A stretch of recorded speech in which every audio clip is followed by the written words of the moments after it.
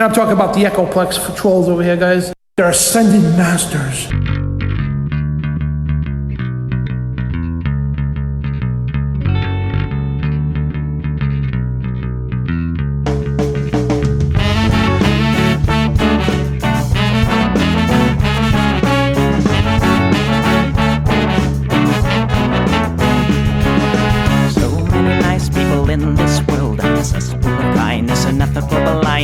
So please excuse my sarcastic tone. I'm a bit underwhelmed by the sample shown.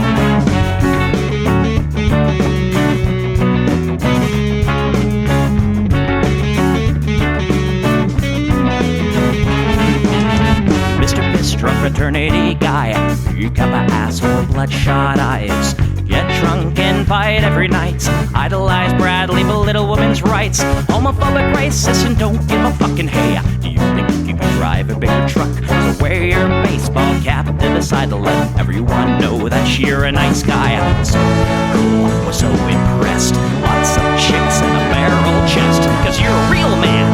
Punch for punch, gonna piss in your face while you're passed out drunk. I'm a nice guy, you're a nice guy. He's a nice guy, but all of you are assholes. I'm a nice guy, you're a nice guy. She's a nice guy, but all of you are assholes. Nice guys rule the planet. I just can't understand it. Conquer divine by deception and lies. Social Darwinism and an overdose of pride. I don't wanna hear it. Read into the lyrics, cause everybody gets their just desserts. As long as you remember that nice guys finish first.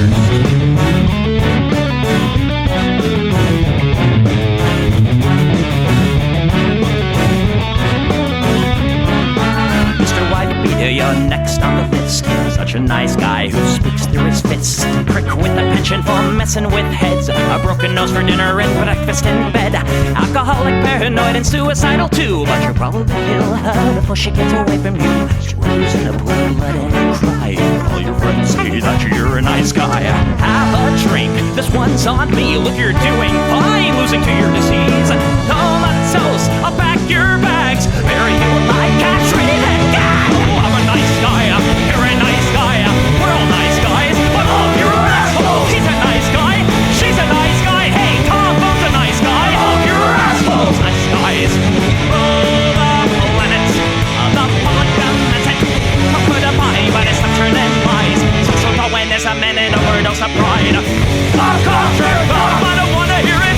Fuck off, jerk off. Read into the lyrics. So let the fucking spill quench your thirst. As long as you remember that nice guys finish first.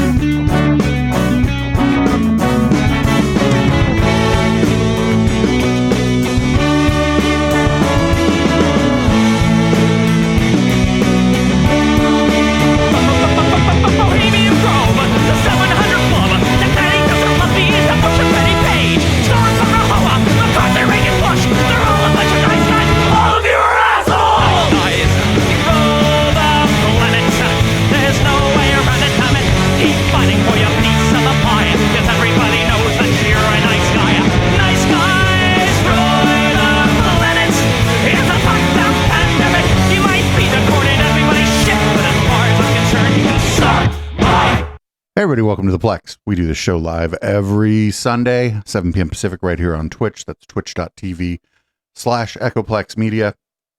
You can support this project by going to echoplexmedia.com. Click the support tab, pick your favorite way. I like the merch or just giving me money. Either of those things work. Also, obviously, Twitch viewers, you can subscribe to the channel, throw bits, gift out subs, whatever. That all helps us out around here. I'm Producer Dave. You can find me on Grindr, and this is what the people want. I don't hate the cops. There's a person inside when the truncheon stops. Oh, don't hate the cops. Oh, when the raiders come, who will protect the shops? Don't hate the cops. They're a sensitive bunch if you don't stop throwing your rocks. Snap, crackle, pop is the sound of a taser. Your body drops. Don't hate the cops. Don't hate the cops, don't hate the cops.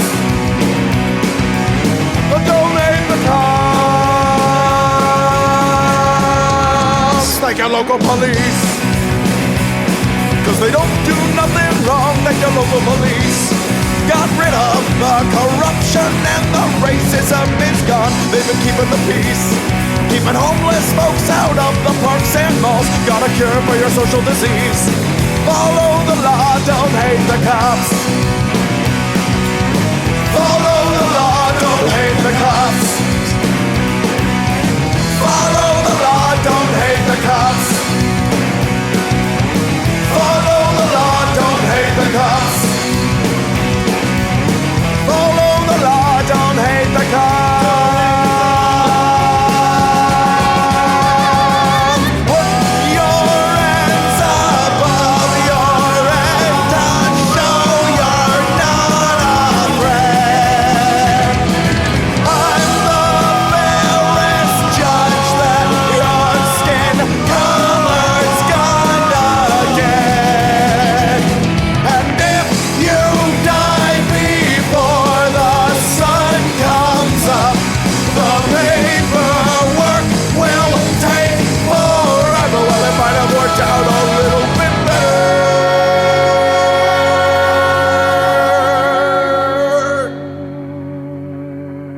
if you didn't hate the cops. Cause they don't do nothing wrong, don't hate the cops. You can't blame them for just doing their job, don't hate the cops. Well, you gotta wonder, how much would it cost for you to be shot at and stabbed at by maniacs and drunks? Don't hate the cops, don't hate the cops. Don't hate the cops, don't hate the cops. Don't hate the cops. Don't hate the cops, don't hate the cops. Don't hate the cops, don't hate the cops.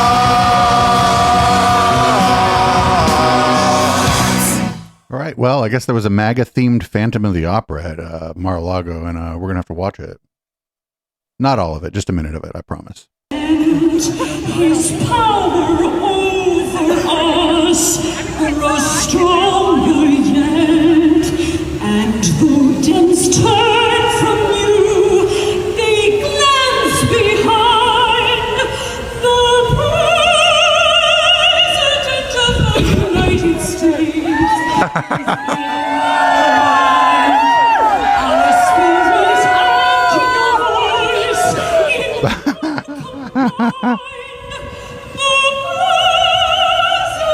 The United States is in our mind.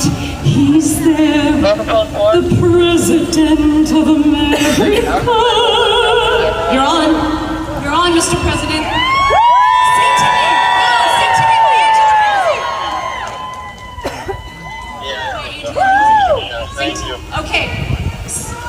Ready? Sing to me, mate. Well, yeah, boo. Boo. That was fucking garbage. Oh my God. All right. Well, show's starting off pretty good here. People be turning actually on the former president of the United States. This is one such person. This is apparently somebody who worked at Mar-A-Lago. Be turning. Maybe turning. Let's see what they have to say here. Were there ever any instances when you were still working there that you witnessed where Trump was, in your view, carelessly throwing around national security information? You know, this really, stood out to me, but in, I believe it was April of 2021, there was a member, Anthony Pratt, who he was coming, he flew in the night before. He's an Australian billionaire. He finishes his meeting with the former president, gets in the car, and his chief of staff says, "How did the meeting go?" Pratt, without saying, just says, "He told me," and it would be, U.S. military, classified information of what he told him about Russian submarines and U.S. submarines. And that's really all I remember hearing, and I went, what? I'm thinking this. I'm in the car, I'm like, did I just hear that? So it wasn't like, oh, the meeting went well, we talked about it. He went straight to the point. He told me that the U.S. subs and with the Russian subs and, something that would more than likely, in my mind, be classified. So it was clear to you that he was basically seeking access to Trump. Oh, absolutely. Absolutely. I mean, red flags went up in my mind years before that. So Anthony Pratt, this Australian billionaire that you're talking about, he would pay a lot of money to come and have these New Year's Eve parties at Mar-A-Lago. So it might cost $1,000, $1,500 per person. He was giving $1 million. Whoa. I think at the height he had 30 or 40 people there.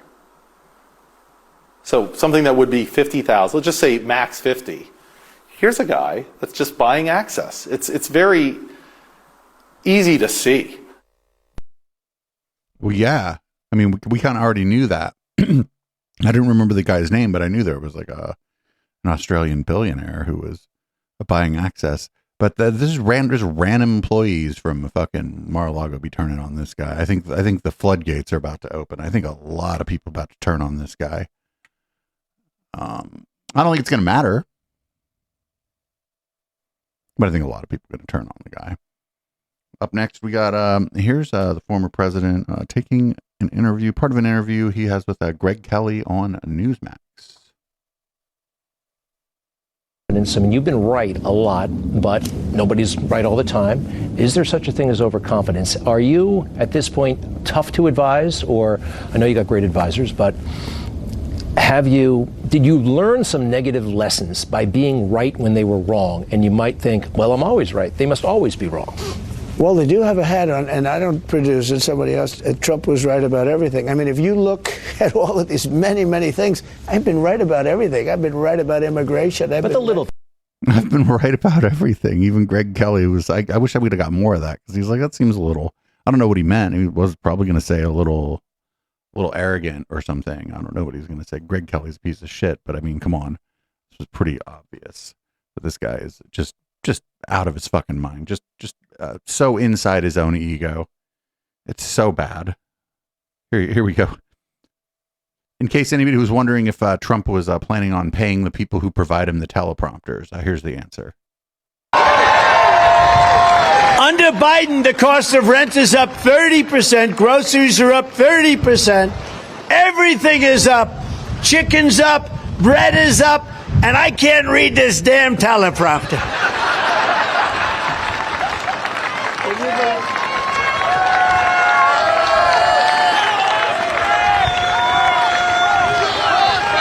This sucker is moving around.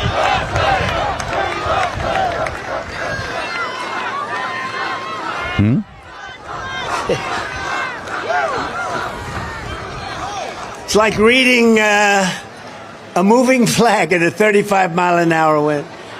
And then they say Trump's a bad guy, because I'll say this. Don't pay the teleprompter company. Don't pay.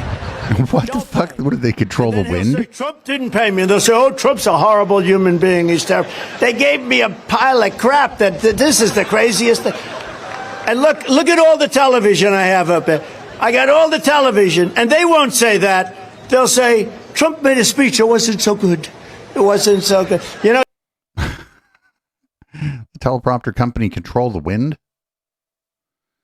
Like other people have notes in front of them for in case something goes wrong with the teleprompter. I don't know this for a fact, but I just have to assume that other people have notes in front of them.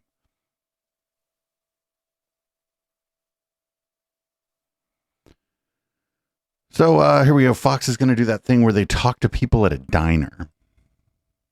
And, well, this is pretty interesting what happens here, because the guy at the diner starts talking about basically voter fraud and election interference. And if you remember, Fox had to pay kind of a few bucks about that. So it'd be interesting to watch here. Like a ninja, this Fox guy. What's going on? Oh, that's weird. In case anybody listening on the podcast was unsure whether or not this is live, this is in fact live. I seem to have lost the view of my web browser here. Hold on, let's see if we can bring it back up here.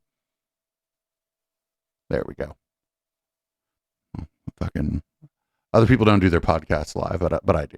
For you, Mark, is how. That's a big ask that you just gave us. So the question that everyone wants to know is how. How do you get rid of corruption in Washington, D.C.? Well, you have to vote the people out. You have to watch what's going on with the election stuff. There is election fraud, so you got to watch that to make sure that the process is going the way it's supposed to be. And if not, people have to recognize it and be able to call it out and address it.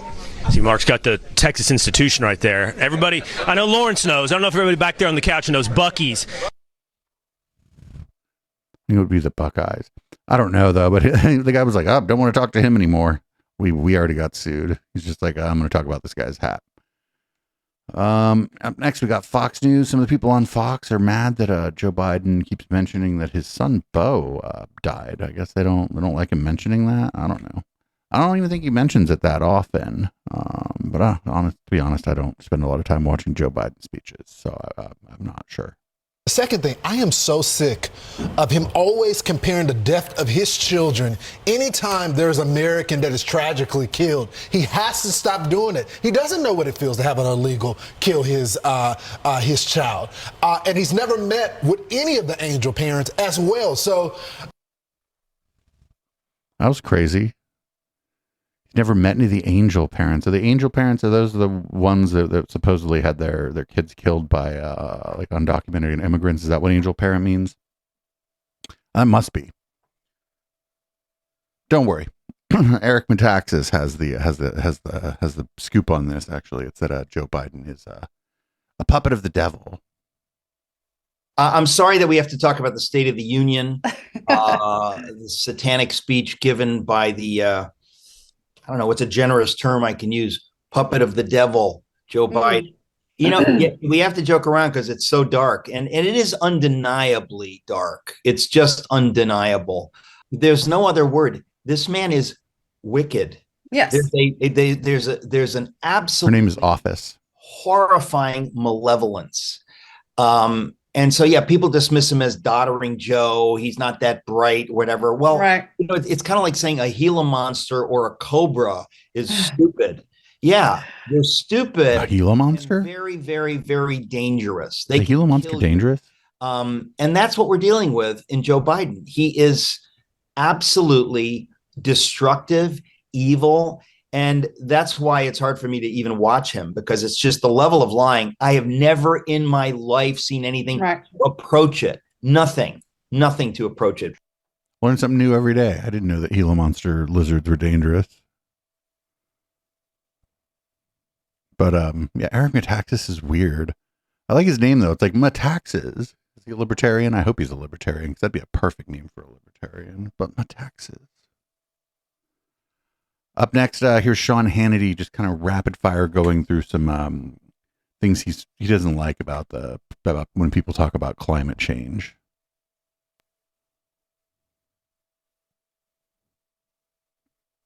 A choice between the climate alarmist religious cultists coming for your cars, your appliances, your stoves, refrigerators, freezers, washing machines, even your steak, your red meat, and other food that you eat. Are they coming for your food? And they want you to get better appliances, generally, better refrigerators. I like better refrigerators and better appliances, but maybe everybody else doesn't. Who knows? Maybe I'm the only one who likes better appliances. Up next, we got Laura Ingraham. She hasn't been on the docket as much lately. She's really got to step up her game if we're gonna be featuring her more often around here. But here she is talking about illegal immigration and voting. For Democrats, unlimited immigration means unlimited political power. First, they believe illegals are future Democrat voters. Inevitably, some will even try to vote this November or be encouraged even to vote. And second, illegals are counted in the census, meaning that for all those states like California, Illinois, New York that have been losing population, illegals could stabilize or even add to the representation in those states in Congress. Well, why would it? Maybe, I mean, there are going to be people that immigrate to the United States. Maybe one of the political parties would do a better job of appealing to a wider variety of kinds of people, it might be that they get some votes themselves from the people who immigrate to this country. But so people who are not here legally cannot vote. There are limited circumstances in which they can vote in things like school board elections, and those are only in very, very like specific districts of specific cities. Those people they're not voting in the presidential election, and you know, once they become citizens, they can. And everybody, all the people that were talking shit about them this whole time, well, guess what? You're not voting for them, are they? Up next, we got Kellyanne Conway. She is offended. I don't know what she's offended about, but we're about to find out. Last point, I am personally offended, and everybody should be, that Kamala Harris flew to Minnesota on Air Force Two on taxpayer dollars to go to an abortion clinic when her boss, the President of the United States, wouldn't even dare say the word abortion in his State of the Union over an hour. He wouldn't say it. They call it reproductive freedom, women's health care. If they care about women's health care, what about maternal mortality? What about heart disease? What about all the things that are cancer? All the things that are top of the list that are really, truly women's health. She went to an abortion clinic today. She's the abortion czar, and on taxpayer dollars, and they're calling it, Sean, last point, they're calling it, she made history. No other vice president has ever visited an abortion clinic. There's a reason for that, lady. It's a stupid idea. Why? Like most people, even most Republicans, think that abortion should be legal. Why? And she probably visited a Planned Parenthood, right? Not like it's not like you know, Joe's Abortion Shack or whatever. It was, I'm almost certain. I don't really cover this stuff that much. This is the only show we do during the week where we even really talk about like the election and like this kind of news. But like Spilly's Abortion Shack. Somebody in chat, it's Pridemore. Someone in chat is very funny. If you're listening to this, by the way, on Spotify or Apple Podcasts, you should definitely come check out Twitch. The chat's cracking jokes during the podcast, and I don't always. Sometimes they're funny enough that I notice them. Anyway, here is a great speech at the school board where Next Benedict was killed. Usually when we play stuff from school board meetings, it's hot garbage, but this is pretty good.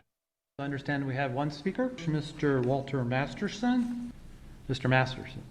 A more, woke school board would see the death of a child and work to make sure it never happens again.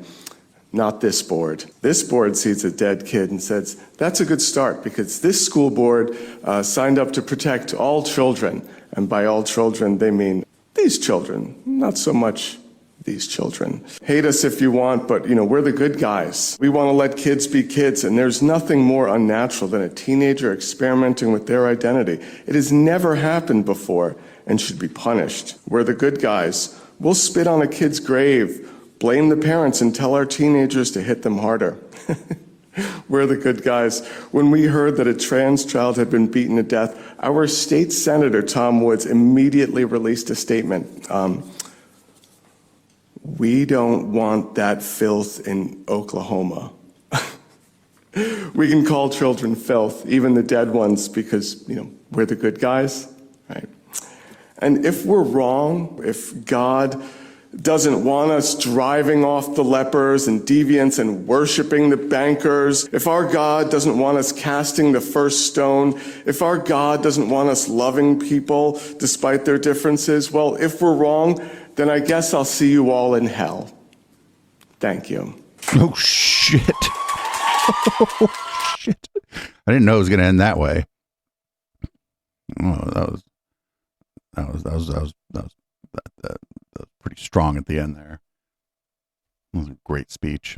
Up next, we got, apparently if you've been vaccinated, you're not even human anymore. This kind of stuff usually goes in red light, but I figured, we'll put this in the, put this in the regular docket this week. Did you know that that you're not human anymore?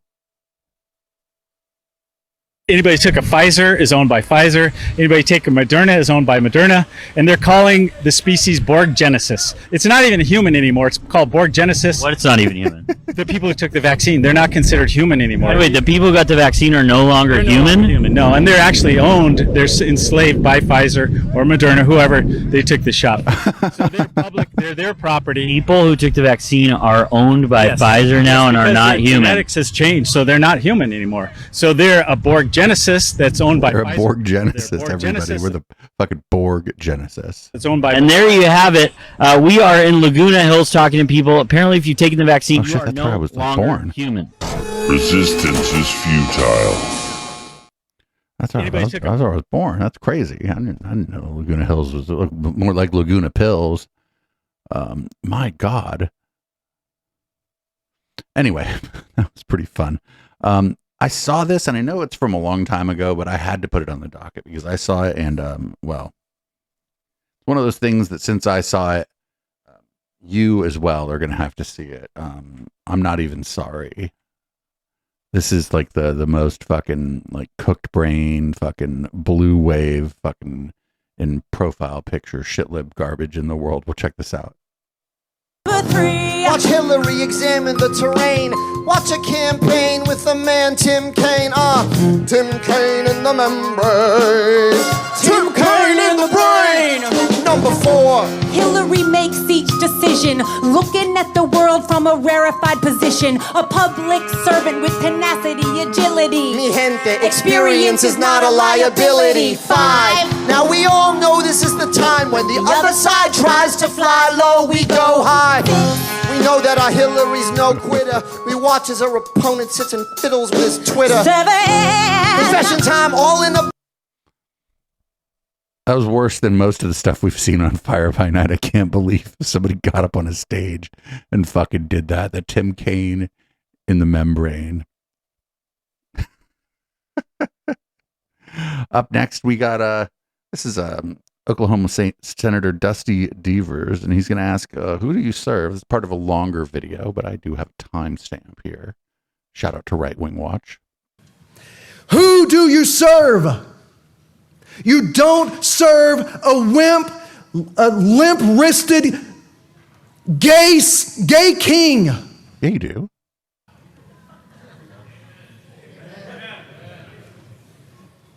I think that's enough of that.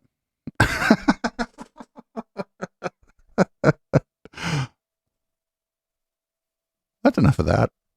I don't know. Am I limp-wristed gay king? I don't know. You don't serve me, but you pay me to do this for some reason.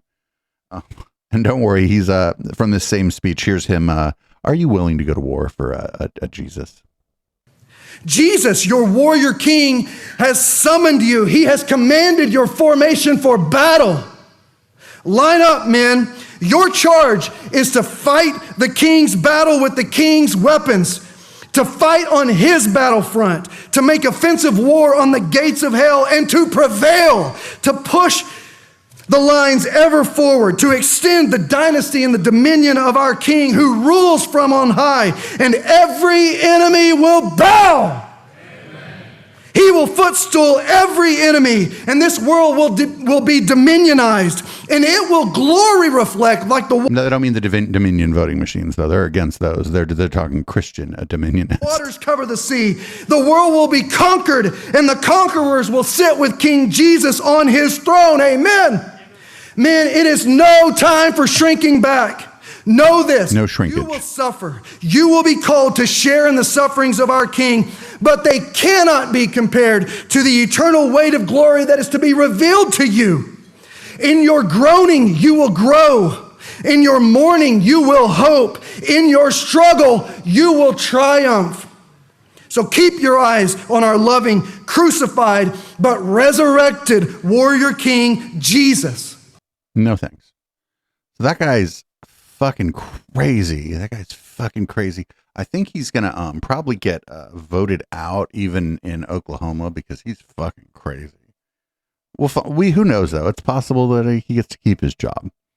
So we're already to our palate cleanser. I feel like we're gonna have a short podcast part of the show this week, but that's fine. We'll just have extra red light. So I want to. This comes from Reddit. Don't usually find a lot of stuff from Reddit, but this one is from Reddit. And why? Oh, it's making me log in. Okay, fuck Reddit. All right. So this is our palate cleanser. It's a cow, and it's cow at a wedding. In order to proceed, I must now ask if any person here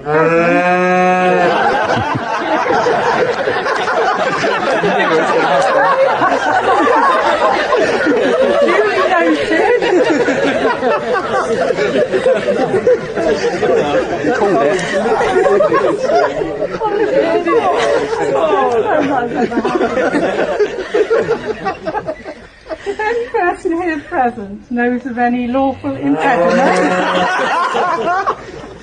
I should not be joined in matrimony. The cow about to spill the tea. The cow knows why. Cow knows the secrets. They're not supposed to be getting married. The cow said so. So we haven't covered this guy a lot lately, or even we just don't cover him very often, but his name is Kent Christmas, and I think he owes a lot of money, and he's going to make the claim that his debts are not valid, or I guess just not valid. Deuteronomy chapter 28, somewhere in the middle there, God makes this statement about people who would obey his commandments and walk in his statutes. He said, you will be the lender and not the borrower. So today, in the name of Jesus, this lie of $12 million that we owe to the bank, it is challenging the word that cannot be changed or altered.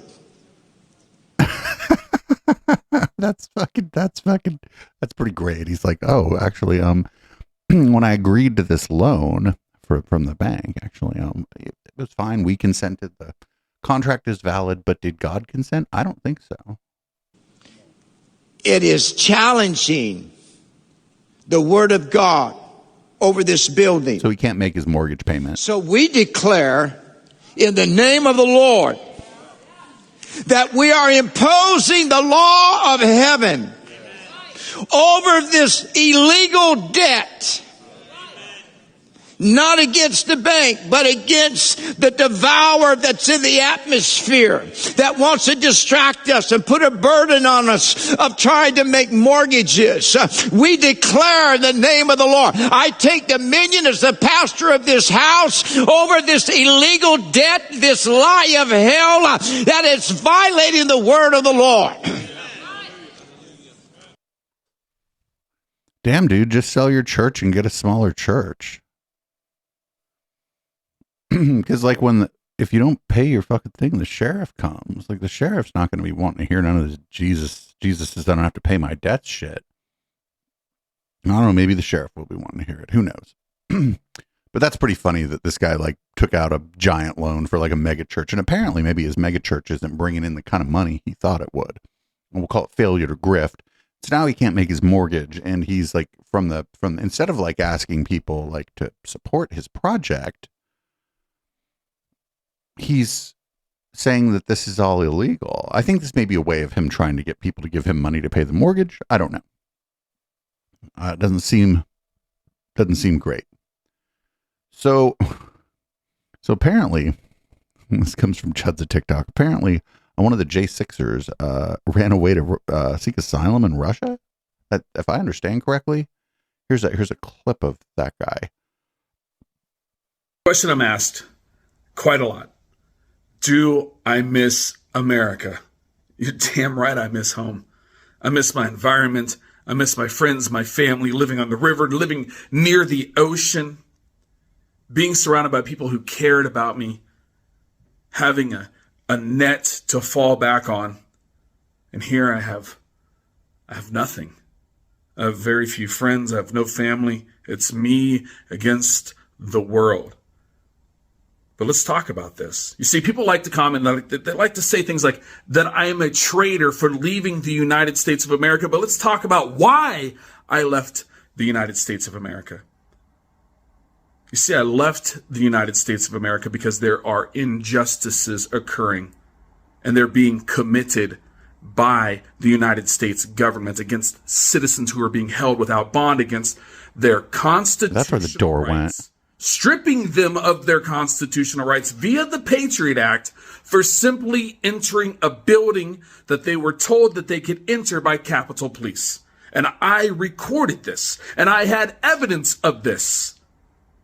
And what we watched J6 on this channel. His version of events conflicts with what we watched from a multitude of live streams. Happened? I got a knock on my door from the FBI. They seized everything. Everything. All of my accounts, over 1 million followers, everything's gone. Because they took his Twitter account, like they took his followers. That's cold. That's stone cold. They took his fucking followers. They didn't want you, the average citizen, to realize their corruption. They didn't want you to realize that they're holding people without bond indefinitely in solitary confinement. So they took all of the evidence so that you couldn't view. So you can call me a traitor. That's fine. I'm not big on patriotism, but I think this guy's a traitor. Deep down, we all know that true patriots continue to speak out. And I risked everything. I gave up everything. I gave up the river, the beach, the friends, the family to come to another country so that I could speak out against the injustice being committed against these people held in prisons. Call me a traitor. Call me what you will. It's fine.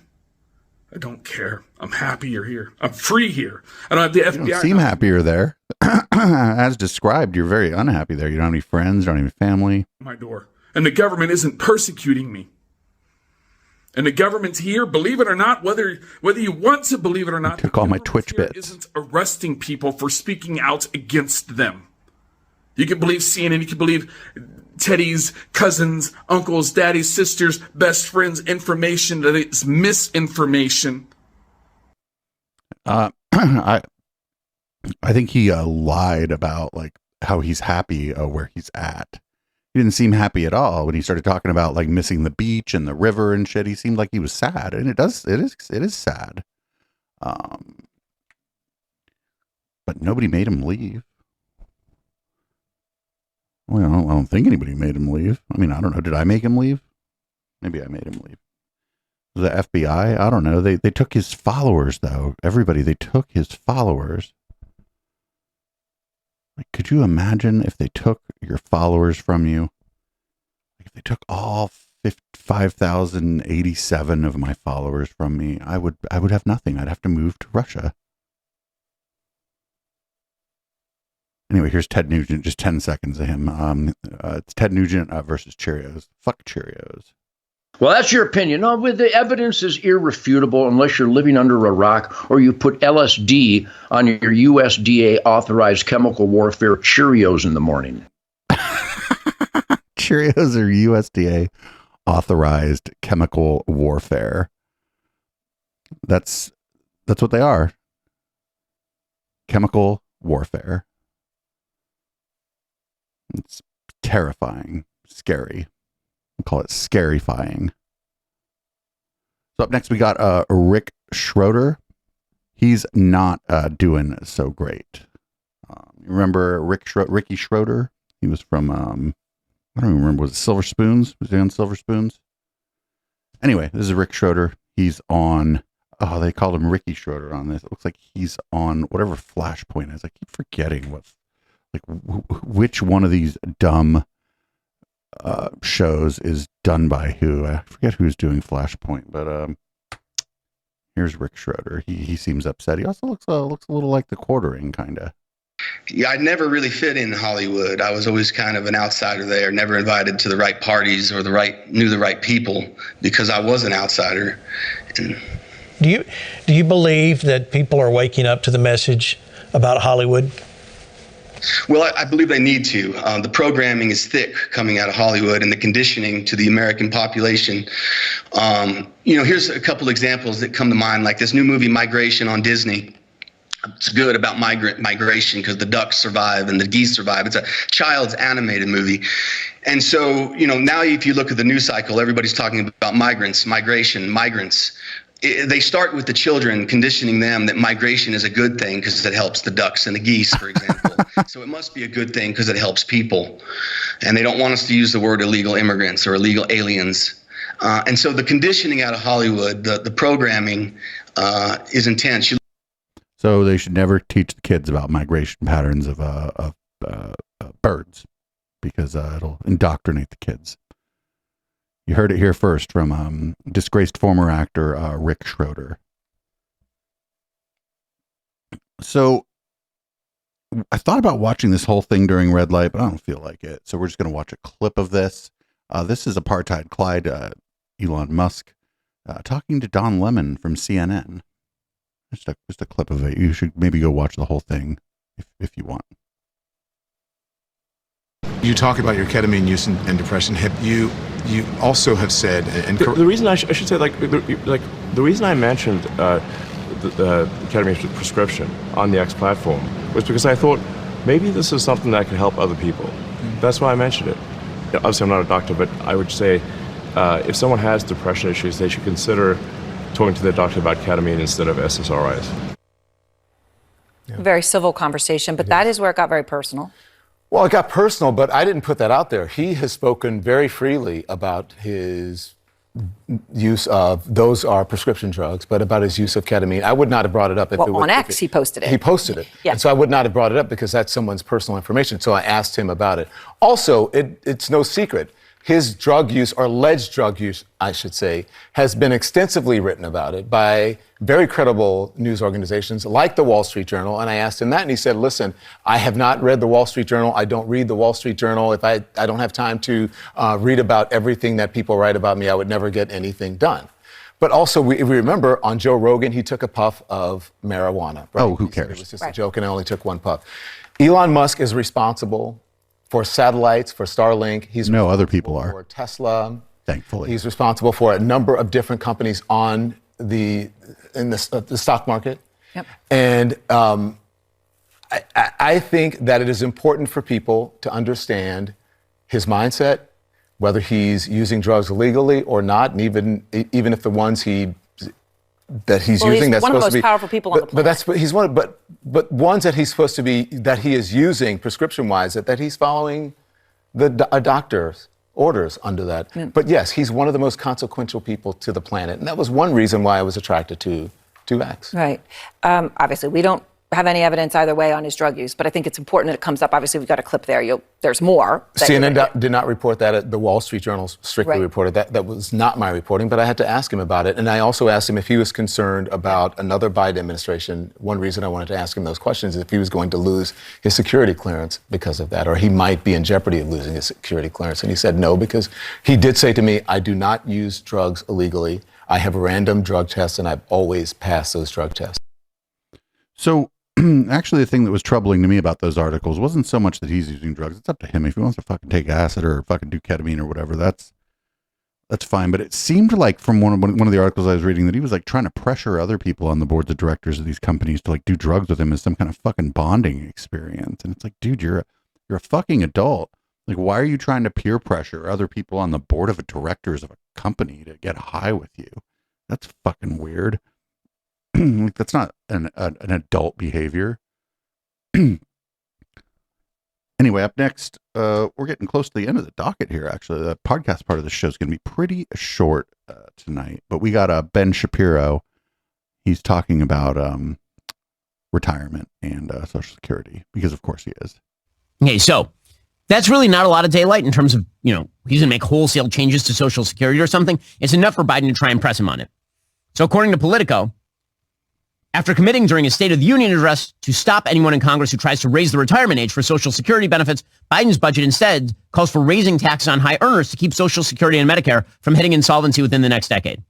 Now, again, realistically speaking, that's not going to save anybody. The population... They're not going to hit insolvency. That's not true. At the current rate, in something like 35 years, if we don't raise the cap on the payroll tax or whatever, it'll pay out 70% of what it's supposed to pay out. It's aging way too fast for that. They're not enough high-income taxpayers even to pay for the kinds of bills that Joe Biden wants to pay for here. And let's be real about this. It's insane that we haven't raised the retirement age in the United States. It's totally crazy. Joe Biden, If that were the case, Joe Biden should not be running for president. Hey, Joe Biden is 81 years old. The retirement age in the United States at which you start to receive Social Security and you are eligible for Medicare is 65. Joe Biden has technically been eligible for Social Security and Medicare for 16 years, and he wants to... But retirement is optional. You're eligible for these things. You don't got to retire. I probably won't retire at 65. Continue in office until he is 86, which is 19 years past when he would be eligible for retirement. No one in the United States should be retiring at 21 years old. Frankly, I think retirement itself is a stupid idea unless you have some sort of health problem. Everybody that I know who is elderly, who has retired, is dead within 5 years. And if you talk to people who are elderly and they lose their purpose in life by losing their job and they stop working, things go to hell in a handbasket real quick. But put all of that people aside, you know. just on a fiscal level and on a logical level. When Franklin Delano Roosevelt established 65 as the retirement age, the average life expectancy in the United States was 63 years old. Today, the average life expectancy in the United States is close to 80. It's totally insane that you believe that you should be able to work from the time that you are essentially 20 to the time that you are 65, which is a 45-year period, pay in, and then you will receive Social Security benefits sufficient to support you and your family, you and your wife or whatever, for like another 20 years. That's crazy talk. That is not fiscally sustainable. The notion that if you have to raise the retirement age to 67 or 68, that everyone is going to fall apart. My parents are that age. My parents are not retired. All right.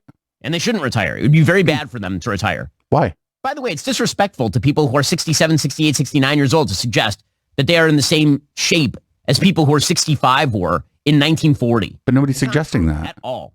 Have you met a 65-year-old lately? 65-year-olds are not old in the United States. They're not. 68-year-olds are not old in the United States. Again, Joe Biden thinks he's not old, and that dude is running for president again, and that dude actually is old, and he's 81.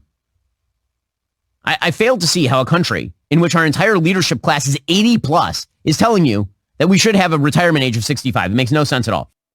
That's because they know, they know not everybody's rich. Like, what the fuck? Here's more from Tiny Dancer Ben on this subject. Okay, so let's say that you took your money or the government took your money. They took 5% of your money. They put it in a box somewhere.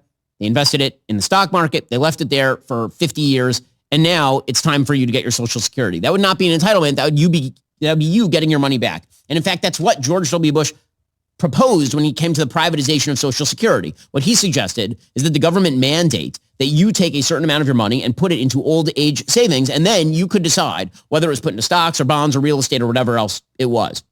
Okay, that would be one thing. That's not what Social Security is. Social Security is a pyramid scheme.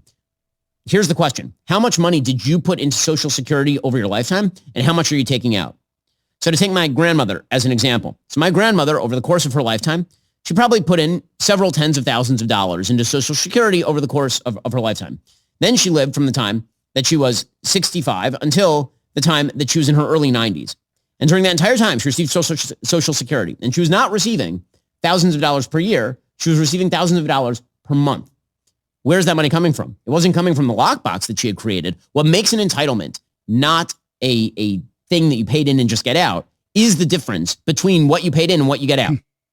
If what you're getting out is way more than what you paid in, that money's coming from somewhere. Then what you got is a pyramid scheme, which is effectively what Social Security is. It relies on me paying my Social Security taxes, which I will never see again. So that my grandmother, now, here's the thing. I didn't need to do that. I ended up paying many of my grandmother's bills in the last years of her life because she had to be in a nursing home and all the rest of it. And I would have done that without Social Security being there. Social Security has perverted the relationship between the generations in the United States in a pretty astounding way. It used to be that as people got older, their family took care of them. And the symbiotic relationship was that grandpa had wisdom and grandma had wisdom and they had childcare ability and they would be a part of the family structure all the way until their demise. And you would take care of them. And that was the deal. And now parents get to a certain age and kids cut them loose and they say the government's got charge of them because the government's going to take care of it. It's very, very bad for the country. It's very bad for the elderly who are cut off from other generations. One of the things that keeps people young is intergenerational contact. Is he suggesting to me that because I'm not having to worry about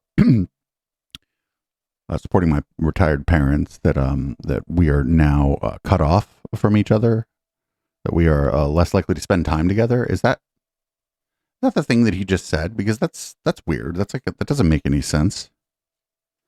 Like, we're more likely to do things like go on vacation, go out to dinner and whatnot if they're financially stable and I'm making money, to the extent that I make money doing this. So I think we spend more time together, because if they weren't, I mean, I could just go to their house, I suppose, but if they weren't financially stable, maybe they wouldn't have a house. Maybe they wouldn't have all that stuff. Like, I don't know what the situation would be, but like, this is not a thing that prevents you from spending time together. Like, that's dumb. That's dumb. Anyway, we got Matt Walsh here talking about retirement and Social Security too, because, where goes Tiny Dancer Ben, so goes Matt Walsh.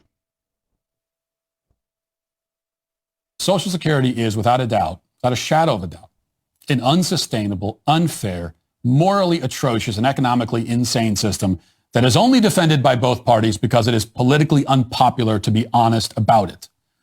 But I'm not a politician running for office, so I can be honest about it. The system is a farce, and it should be abolished, obviously. That doesn't mean we should abolish it overnight. Doesn't mean we should leave elderly people high and dry with no safety net.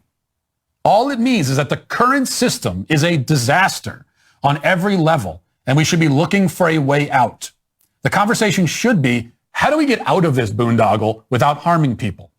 But we can't have that conversation because most politicians on both sides have declared that this awful, insane, unsustainable, self-destructing system must be kept entirely intact and untouched and allowed to continue exactly as it is until it all falls apart anyway.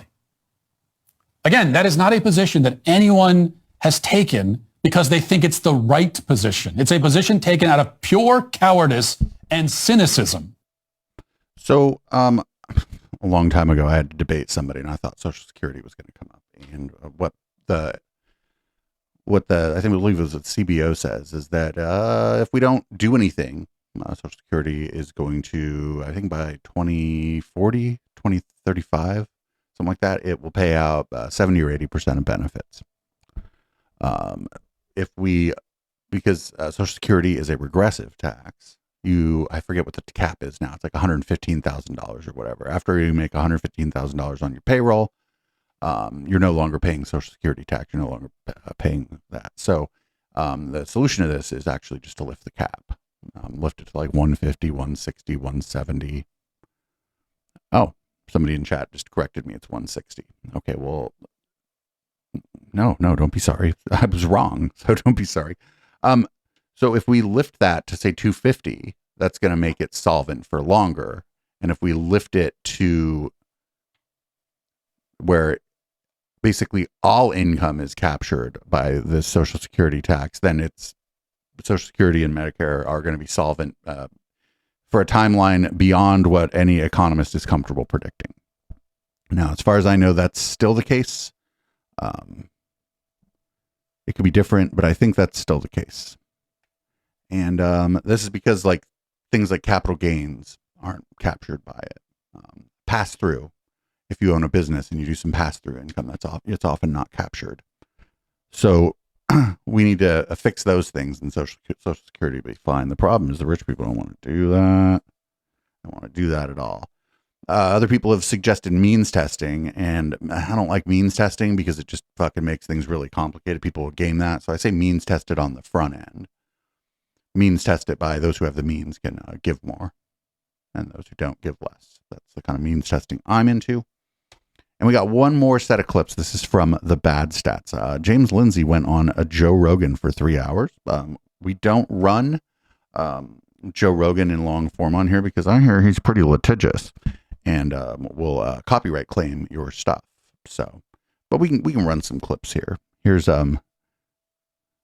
Boeing intentionally used diversity, equity, and inclusion to destroy their company. This is the first thing we're going to learn. Do you want to put the tinfoil hat back on? I got an explanation. Okay. So earlier I said that the goal is to degrow the West and facilitate China's rise. Okay, so what's happening? Boeing 737, Boeing 737, Boeing, Boeing, Boeing. And we see all this DEI stuff at Boeing. We see all these problems. We just see this guy that committed suicide, the whistleblower against Boeing, who was saying some deep stuff, like that they were intentionally fitting bogus parts. I don't know if this is true, but that's what he was alleging. And then all of a sudden he, decided it was a good day to kill himself right before his deposition he was supposed to go to. And so we don't know. It's weird timing, but that seems a little fishy to me too, but I don't know. I don't know. I mean, fucking shit happens. He's saying that Boeing could be construed, let's suggest, as though it's deliberately committing suicide as an organization. It's cutting corners. It's locked in by this ESG, DEI stuff. That's it. The easy question is, why is DEI? Because ESG. It's the S in ESG. But little do most Americans realize, in addition to scaring the hell out of people and getting people to fly less, what? China just released a new jet like 2 years ago called the Comac C919 that is a direct competitor to the Boeing 737.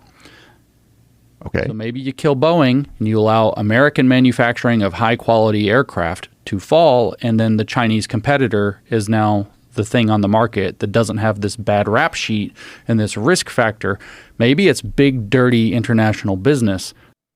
But it doesn't have a track record. So I think companies might be less inclined to use it just because there's no track record there. And there's much ado about almost nothing on this Boeing thing. That aircraft has been flying for a very long time and actually has a pretty good track record for safety. Just there were a couple high profile problems. I'd get on a Boeing 737, no fucking problem. It'd be more dangerous getting in a fucking Uber to drive to the airport than getting on that Boeing 737. Here's another clip from that interview. China is the model. We're seeing it build out in the West. This stuff, like we now are seeing proof. It just came out the other day that the Chinese are like funding the trans stuff. They're like pushing it, right? I just wrote a book. I didn't even know that to put it in the book. I wrote a book about the trans stuff. It just came out on the 29th. Called The Queering of the American Child, to talk about how schools have been turned into like indoctrination centers. It all goes back to the not just Marxist but Maoist strategy to make the world conform, that politics of compliance, to make the world conform to this new ideological vision that they have. And I mean, if you're just gonna fucking make shit up about your moral panic, you might as well just say it's the fucking Chinese. Fucking why not? Let it all hang out. Just fucking say whatever, say anything. 2024, like what? Like this doesn't have anything to do with. None of this has anything to do with China.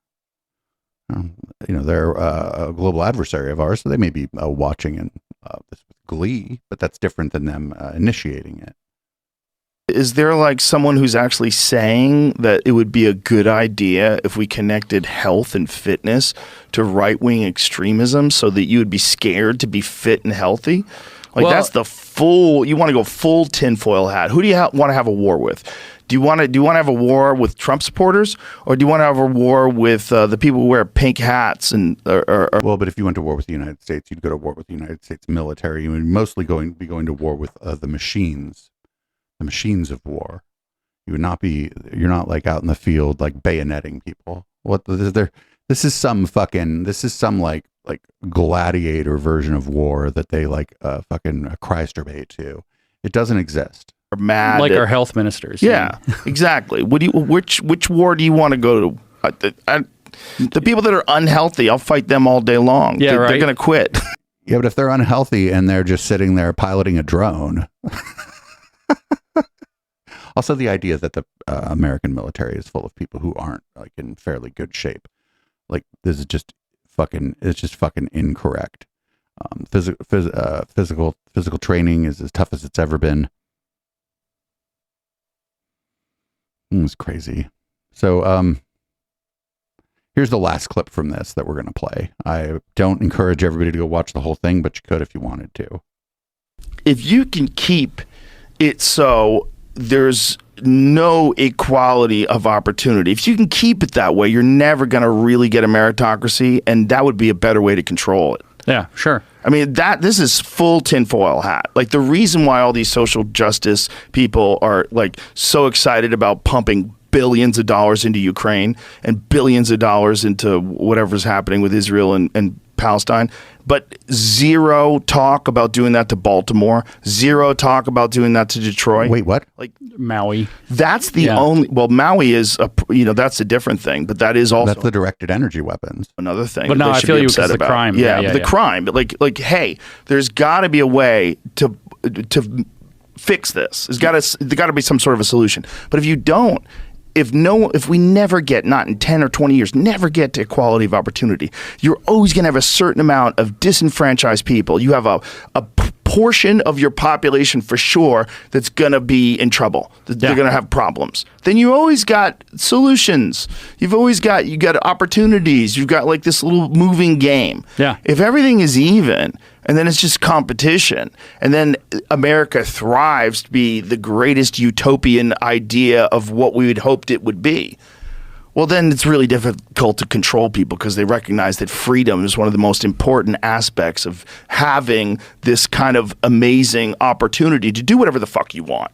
Brother, this is why I wear a tinfoil hat now all the time, basically. Except I'm not really afraid of the radio waves, so I don't really wear a tinfoil hat at all. I'm more afraid that this is intentional. So this equality of opportunity thing is bullshit, and here's why. You're born to people who have means. They may have meager means, they may be people of means, and that is going to dictate a large part of your opportunity as the next generation.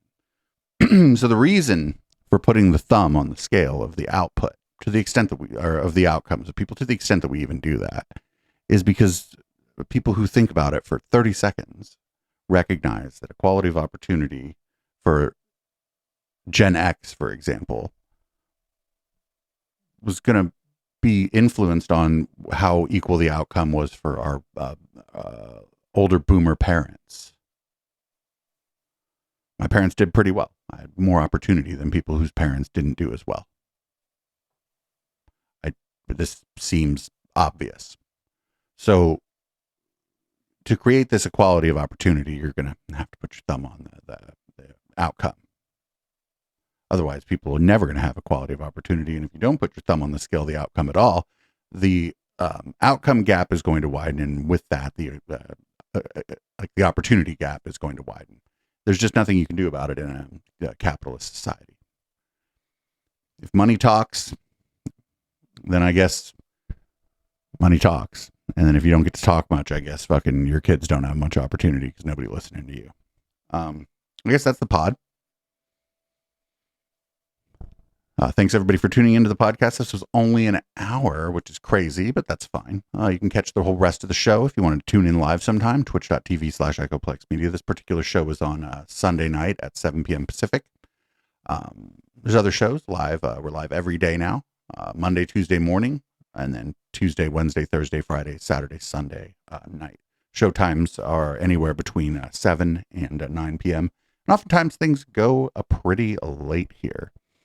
Also on Mondays, check out, it's on RaidPal. Just search for Echoplex Media on RaidPal. We do noon to midnight DJ Raid Train. We call it Mixy Mondays. I usually play at 7 or 8 p.m. Pacific right after we record our tech podcast. That's How the Tech Are You. I guess you should also check that out. I don't talk about that like ever on stream or on the other pods. And with that, I guess I'm going to change the color of the lights in my studio, pour myself a cocktail, and we're going to go into red light. This is Boomers by Periscope. Live listeners, live viewers, stick around. And the podcast people, goodbye.